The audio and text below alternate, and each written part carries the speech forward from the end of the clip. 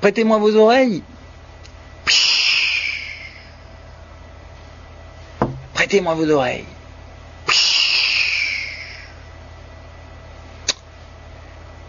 C'est l'histoire d'une petite bête.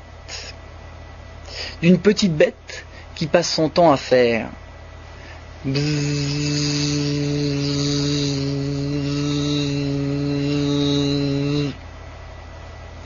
c'est une guêpe. Et cette guêpe, elle a pour amie une autre bête qui fait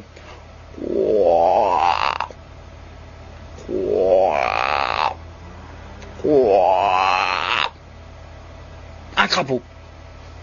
Et un matin, la guêpe, elle arrive près du crapaud. Et elle lui dit hey, bonjour crapaud. Bonjour.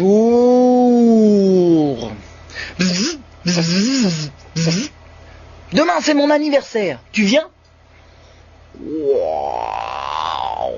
Oh oui. Et le lendemain, le crapaud, il arrive chez Madame la guêpe. Il frappe à la porte. Toc, toc, toc, toc. La guêpe, elle vient lui ouvrir. Et elle lui dit oh, sois le bienvenu. Et le crapaud, il arrive à table. Et à table, qu'est-ce qu'il voit? Tout autour de la table, il n'y a que des guêpes. Mais c'est pas grave, parce qu'en ce temps-là, de jour comme de nuit, crapaud et guêpe étaient des amis. Et le crapaud, il voit des gâteaux, des bonbons, et au milieu de la table, il voit un gâteau. C'est un gâteau 100 fois bon. C'est un gâteau au chocolat fondant, au chocolat chaud, au chocolat aux noisettes avec des milliers de bonbons.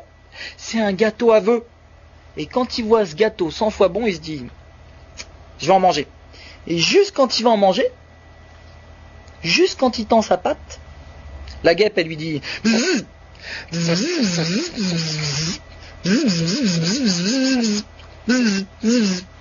hey, t'as vu ta patte comme elle est sale?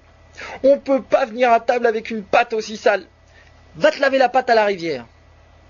Oh, crapaud, il est étonné. Il sort de la maison. Il va jusqu'à la rivière qui passe. Il se lave les pattes. Sont propres. Il revient à la maison. Il rentre dans la maison. Il n'y a que des guêpes. Et il regarde. Oh, il n'y a plus que la moitié du gâteau 100 fois bon. Il va pour en manger. Et juste quand il va en manger, la guêpe, elle lui dit hey,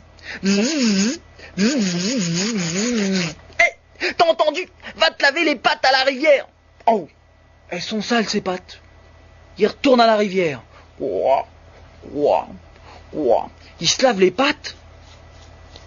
Sont propres. Il revient à la maison. Et juste quand il va manger du gâteau, la guêpe, elle recommence. Et toute la journée, le crapaud, il fait la rivière, la maison. La rivière, la maison. La rivière, la maison. À un moment, il arrive dans la maison, plus rien à manger. Tant pis. Quelque temps plus tard, le crapaud, il se promène. Et il voit son ami la guêpe. Et il dit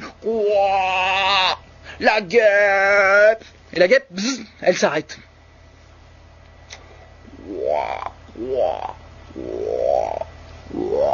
Demain, c'est mon anniversaire. Tu viens?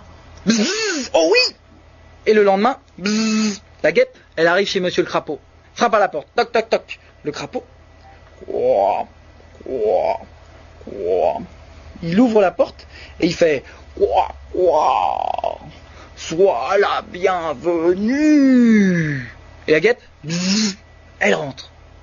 Et quand elle arrive au niveau de la table, qu'est-ce qu'elle voit? Que des crapauds. Mais c'est pas grave, parce qu'en ce temps-là, de jour Comme de nuit, crapaud et guêpe étaient deux amis. Elle regarde, il y a des gâteaux salés, des gâteaux sucrés, et au milieu de la table, il y a un gâteau au chocolat, un gâteau sans foi bon, un gâteau à vœux avec des noisettes, des amandes, avec tout ce qu'on peut rêver. Elle va pour en manger, et le crapaud lui dit quoi?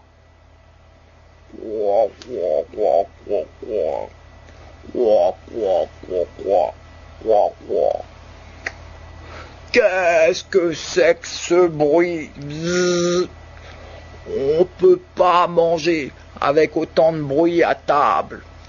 Va mettre ton bruit dehors. Oh, la guêpe, elle est étonnée. Elle va dehors et elle fait.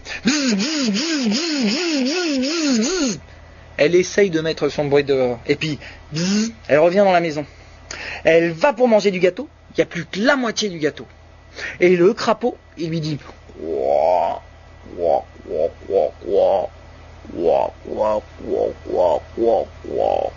Eh, t'as entendu?